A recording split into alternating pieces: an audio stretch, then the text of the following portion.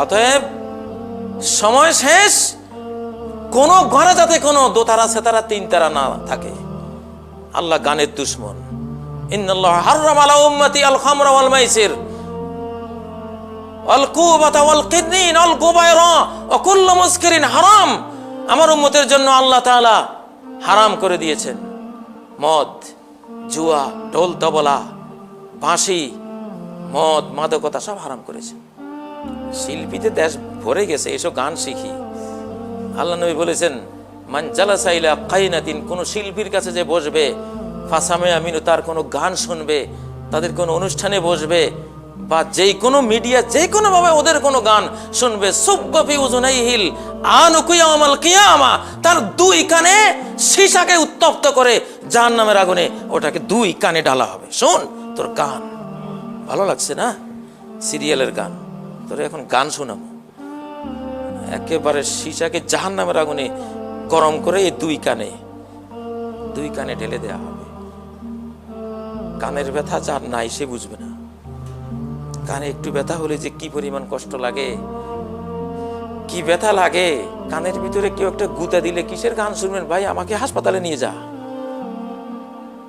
বলে শিল্পীর গান চলছে, ভাই একটু সবর করে, তোর গান, মরে যাচ্ছি, তোর আবার গান। যখন ওই গরম সীসা কানে ঢালা হবে, বাবারে কোন শিল্পীর গান টানের কোনো অস্তিত্বই তখন মনে থাকবে না। মনে আসবে, আরে কেন শুনলাম। আল্লাহ তাআলার কাছে আপনারা গান বাদ্য বাজা থেকে তওবা করুন। নবীজি বলেছেন, মান মাতা ওয়া ইনদাহু জারিয়াতুন মুগান্নিয়া ফালা তুসাল্লু আলাইহি, যে মরে গেল তার কাছে একটা গায়িকা আছে, শিল্পী আছে, যার গান শুনেছে, তার জানাজা পড়ো না তোমরা, তার কোনো জানাজা নাই। এক লোক রাত্রে গান বাজনা করতেছে, নবীজি শুনে বললেন, লা সালাতা লাহু, লা সালাতা লাহু, লা সালাতা লাহু, এই লোকের জানাজা নাই, এই লোকের জানাজা নাই, এই লোকের জানাজা নাই।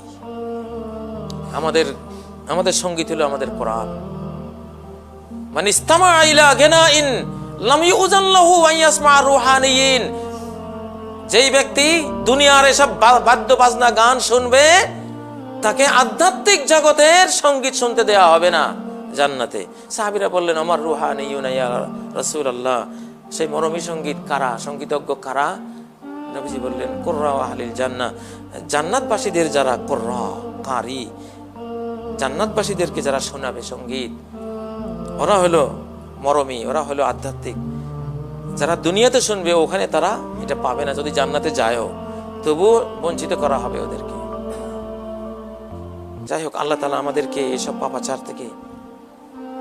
প্রতিরোধ করে, ভূমিকম্প